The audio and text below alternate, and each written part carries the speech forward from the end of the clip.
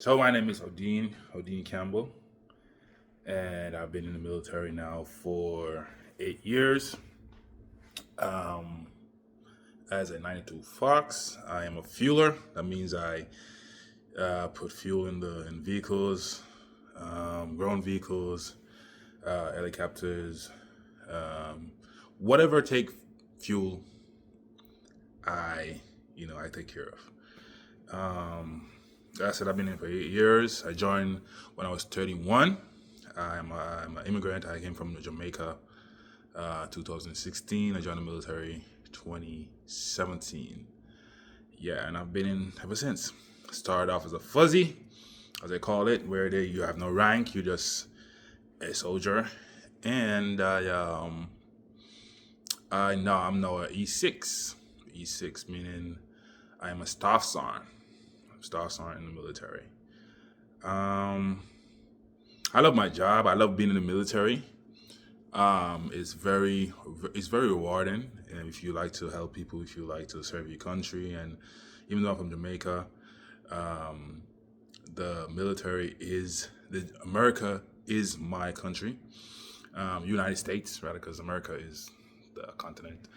But yeah, it's very rewarding.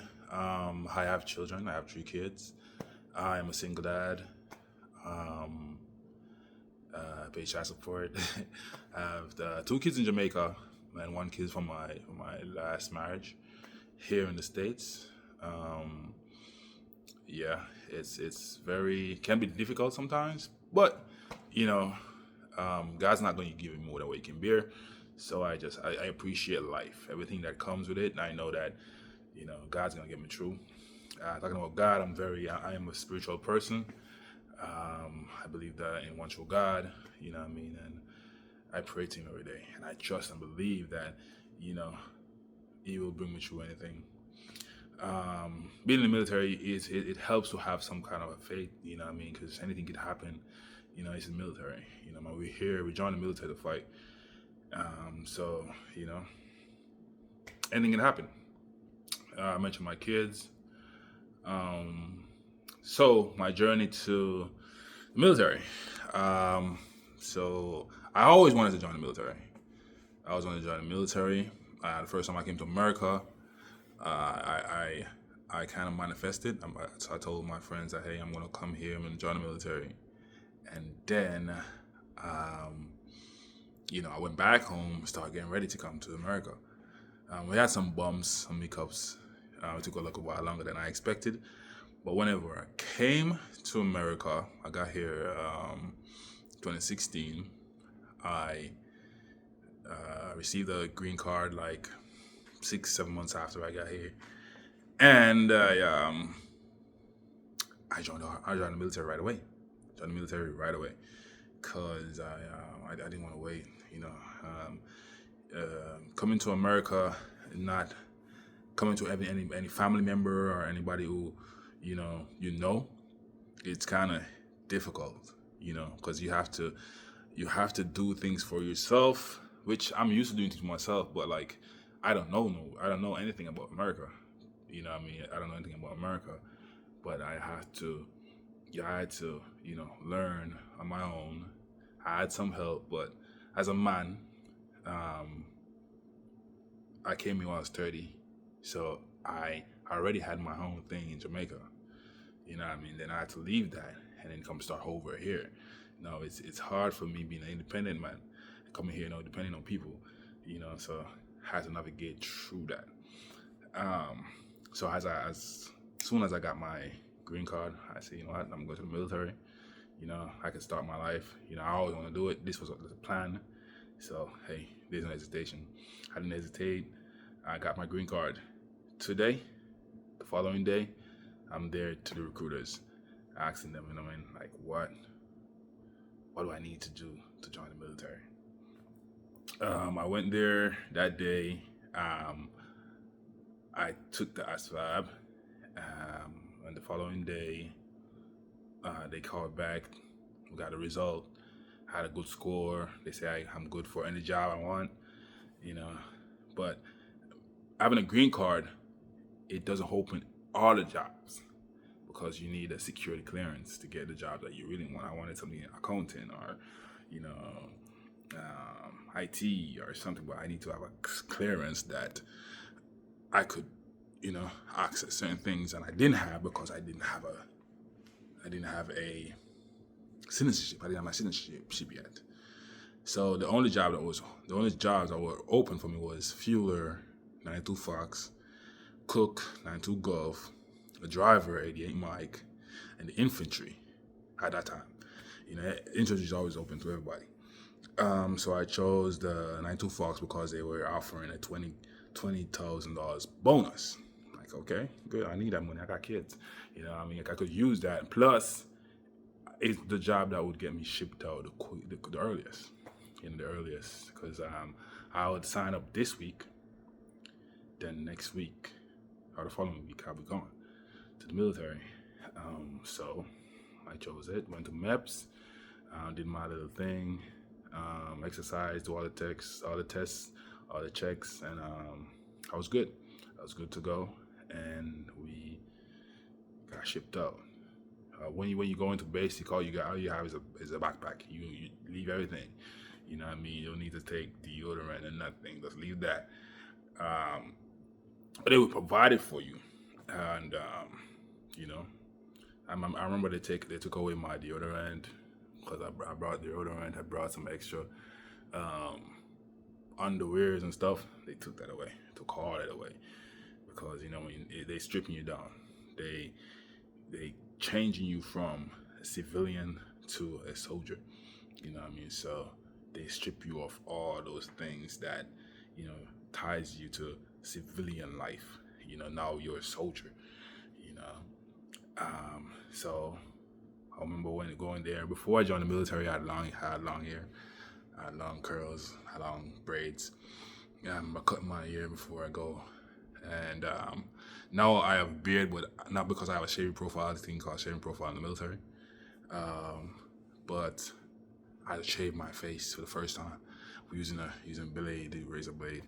I know I was 30, but I really didn't grow a lot of hair on my face. But the little that I had, I had to shave it all off. When I shaved it off, I had a lot of bumps. But you have to do what you gotta do. I was looking bald. I was looking like a little boy, and yeah. So we started military with 10 weeks of basic training, and then after that, I went to AIT. AIT was fun. Well, it was for me. I mean, because basic training was so tense and intense. AIT was kind of like a break. Now everything has changed. Now basic training and AIT are like the same thing right now. Like it's a little bit changed. But I learned a lot. There. I get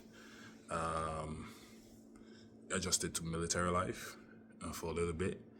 And as soon as I graduated from AIT, which is Advanced Individual Training, I went to my first duty station, which is Fort Sill, Oklahoma.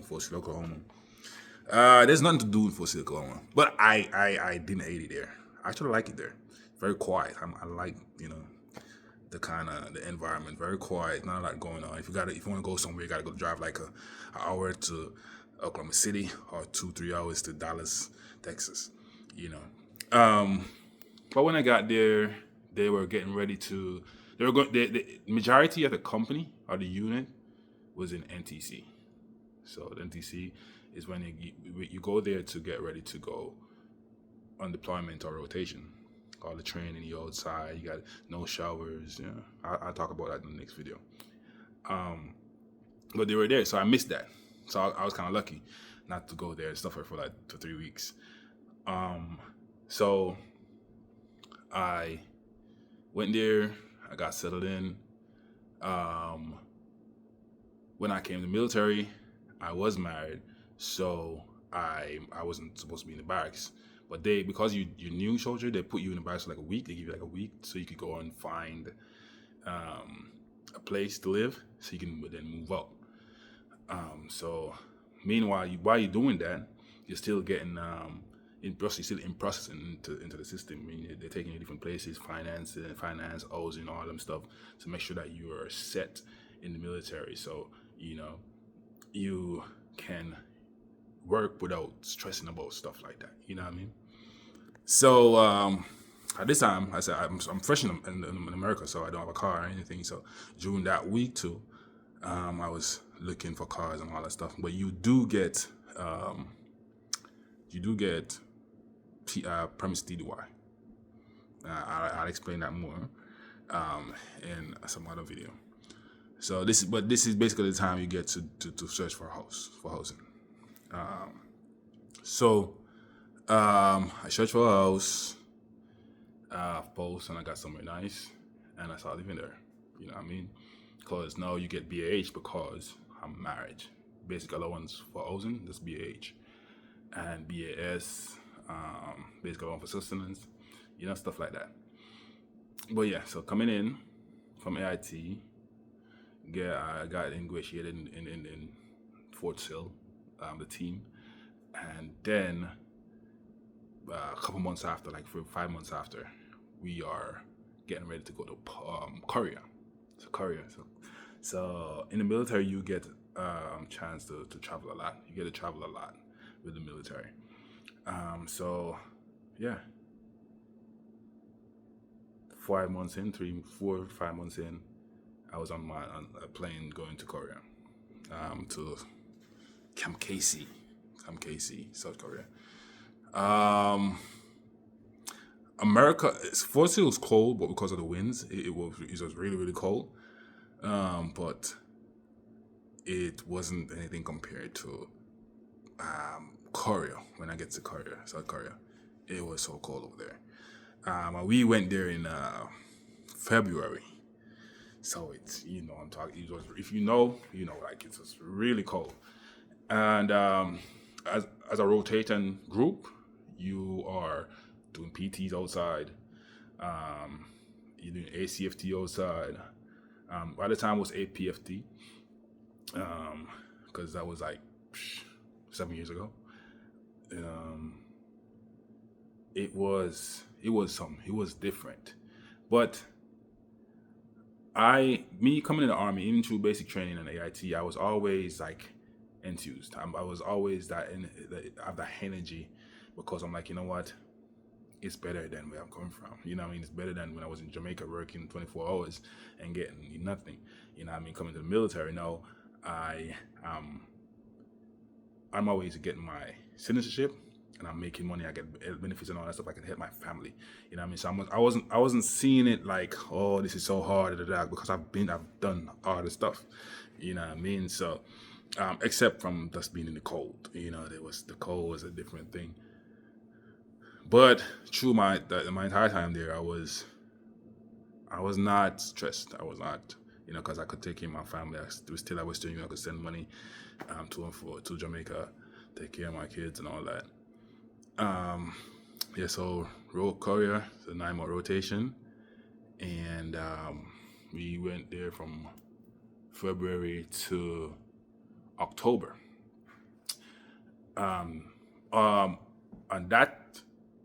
On that rotation though, there are two things that stood out for me that I will never forget in my entire life in the military.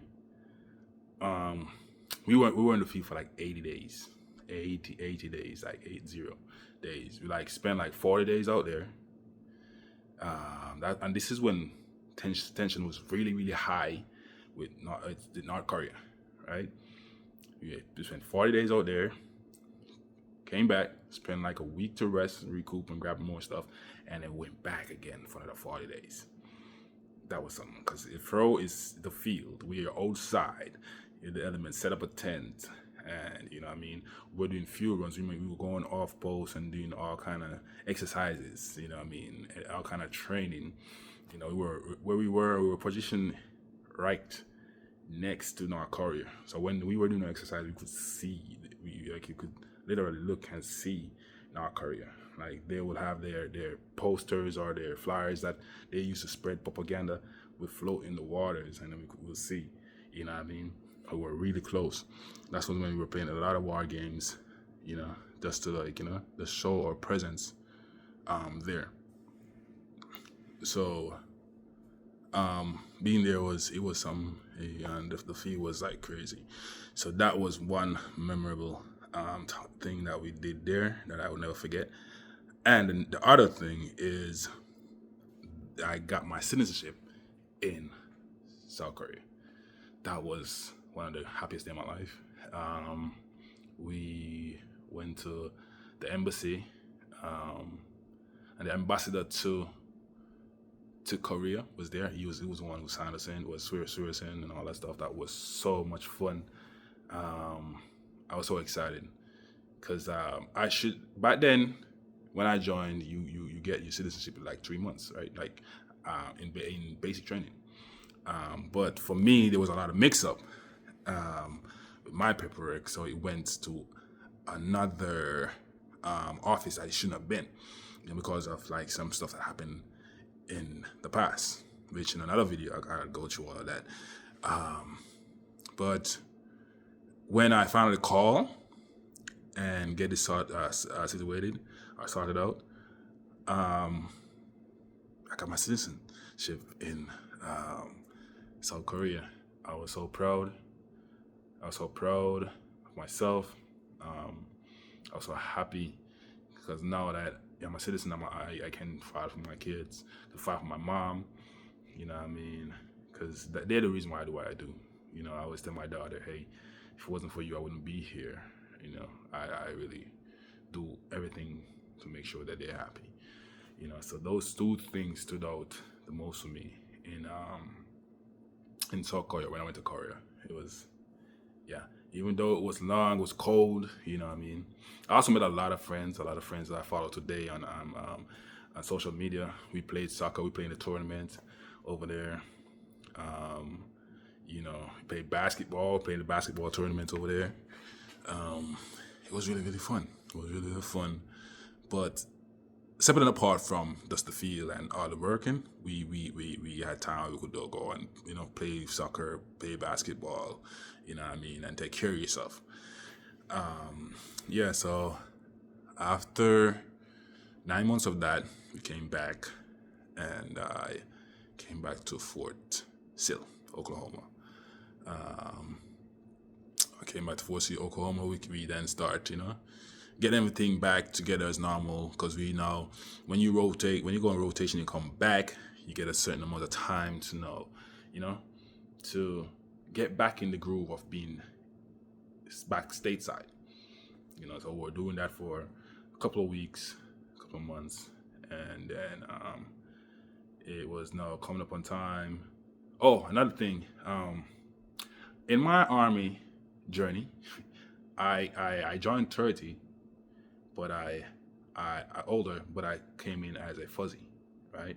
Even though I had schooling from Jamaica, I did some college in Jamaica and all that stuff. It didn't translate, right, at the time because of certain issues, right, that I will explain in another video. It didn't translate, but when I joined the military, I got fast track because I was a PT stud. You know what I mean?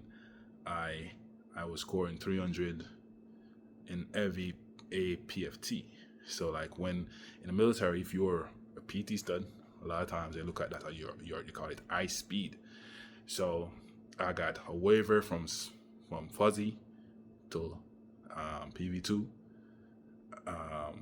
from PV2 to PFC, from PFC to specialist. So by the time we left Korea, I was a specialist. And when we got here, it was time for me to start getting ready to go to BLC, basic leadership course, to become a sergeant. Because as I said before, I had a plan, and my plan was not just to come and, you know, waste time. It was I joined late. I had more responsibility than a lot of younger soldiers. So I know I had to progress. But yeah, I stopped there for now to be continued. But again, my name is Odin Campbell. This is my journey to the military. I will say more about this going further, but subscribe to my channel, give it a like, and watch again later. Stay up to date because I will be informing you of my journey in the U.S. military, the Army to be specific. Thank you.